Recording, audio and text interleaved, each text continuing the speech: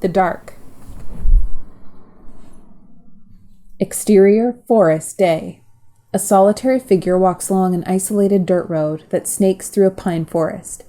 He is in his mid-30s and dressed in a stereotypical photojournalist attire, large camera slung over his shoulder, bandana around his neck, beige vest, and pockets filled with lenses. He looks up from a small hand-drawn map and continues down the road. This is Mathew Goodman. Exterior, forest clearing, day. The wind grows stronger and a mist blows through the trees. Mathew walks over fresh piles of dirt and stops. Eyes wide, face frozen, he suppresses an urge to gag. He pulls his bandana up over his nose and brings the camera to his eye. We hear the rapid clicks of the shutter. Mathew is standing at the edge of a mass grave. Hundreds of decaying bodies lay tangled before him. Arms, legs, torsos, men, women, and children. Click, click, click. He slowly lowers his camera. There in the middle of all this death is movement.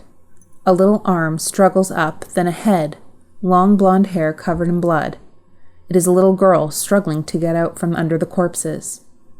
Mathew rushes around the edge of the pit and slides down into the mass grave.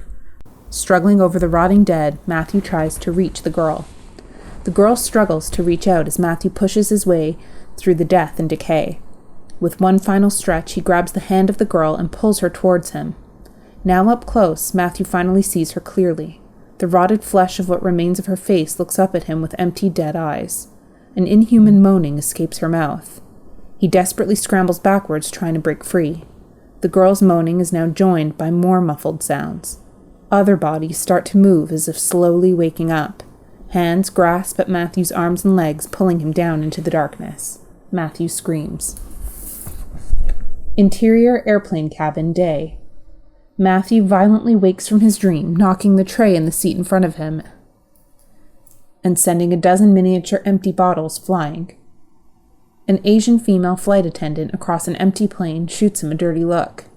Ding! The seatbelt sign lights up, and the same flight attendant mumbles something unintelligible into the intercom. Interior airport terminal, day. Unlike his dream, Mathew now wears a wrinkled shorts, t-shirt, white check tees, and carries a small backpack. He walks past long-abandoned security desks through a pair of dirty glass doors and out into a nearly empty terminal. A lone man stands near the main doors holding a handwritten sign that says, God Man. He's in flip-flops, shorts, and a crumpled dress shirt and tie. This is Mr. Lee. Goodman, not Godman. Lee squints at Mathew blankly. I think that's me, Mathew Goodman. Godman. Goodman. Mathew. I am Mr. Lee. I drive you. Yes? I get your bags. Mathew points to his backpack. I only have this, Mr. Lee. Is there no security? No customs I should be going through? Anyone want to see or stamp my passport? No. Do not stamp passport. This bad idea. Come, Mr. Gotham. Mr. Lee grabs Mathew's backpack and hurries out.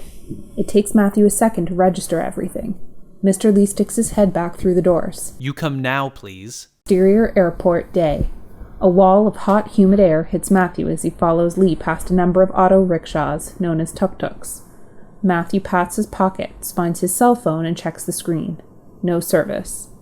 Cell phone not work here so well. What? Yes, it's okay, no worries. Mathew stops looking at his phone, only to see what looks like two dogs fighting over a severed human hand. Before he can get a better look, the dogs run off. This is my car. Lee's car is an old, dilapidated black sedan. Lee points at it with a big smile. What the fuck? Please, I do door. With a loud creaking sound and noticeable effort, he yanks the passenger side door open. Interior Lee's car, day. Lee speeds his car past tuk-tuks, scooters, and bicycles. One narrow miss after another. Mathew closes his eyes and grips his seatbelt.